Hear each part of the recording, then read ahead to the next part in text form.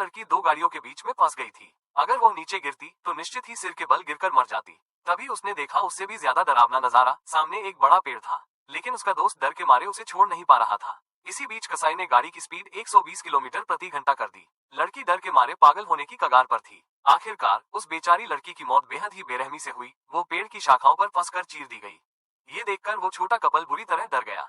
स्पष्ट था कि कसाई अब उन्हें भी मार डालना चाहता था। वो दोनों भागकर एक दलदली इलाके में घुस गए। कसाई उनके पीछे पीछे दलदल में आ गया। जैसे ही दोनों घबरा रहे थे, कसाई चुपचाप दलदल में उतर गया और धीरे धीरे उनके पास आने लगा। ये देखकर दोनों का हाल ऐसा था जैसे उनकी पेंट गीली हो गई हो। वो लोग कसाई को देख नहीं पा रहे थे। अचानक वो दलदल से बाहर निकलकर लड़की पर हमला करने लगा। अभय लड़के ने अपनी गर्लफ्रेंड को भागने को कहा। लड़की को पास में एक गुप्त कमरा दिखा। वो वहां पहुंची तो देखा कि अंधेरे में एक डिब्बे के अंदर उसके दोस्त की लाश रखी थी। तभी उसे कसाई के कदमों की आहट सुनाई दी। वो डर के मारे अपने दोस्त की लाश के पीछे छुप गई। कसाई वहां आया और उसके बॉयफ्रेंड की लाश को खींच कर ले गया। लड़की अब ज्यादा देर तक खुद को संभाल नहीं पाई।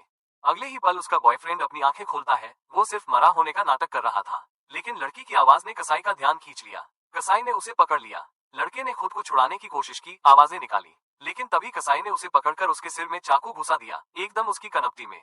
इससे लड़की पूरी तरह गुस्से में आ गई। जब कसाई ध्यान भटका रहा था, लड़की ने बॉयफ्रेंड के सिर में घुसे चाकू को खींचकर निकाला और वहीं से निकलकर कसाई पर वार कर दिया। उसी समय कसाई के पीछे किसी चश्मे वाली आंख ने उसे देखा। लड़की ने चाकू कसाई के शरीर में घुसाया, लेकिन वो सफल नहीं हो सकी। अचानक कसाई की आंखों और शरीर में आग लग गई। लड़की ने तुरंत बियर की बोतल उसकी ओर फेंकी और फिर लोहे की कांटी से उसे धकेलकर तहखाने में गिरा दिया।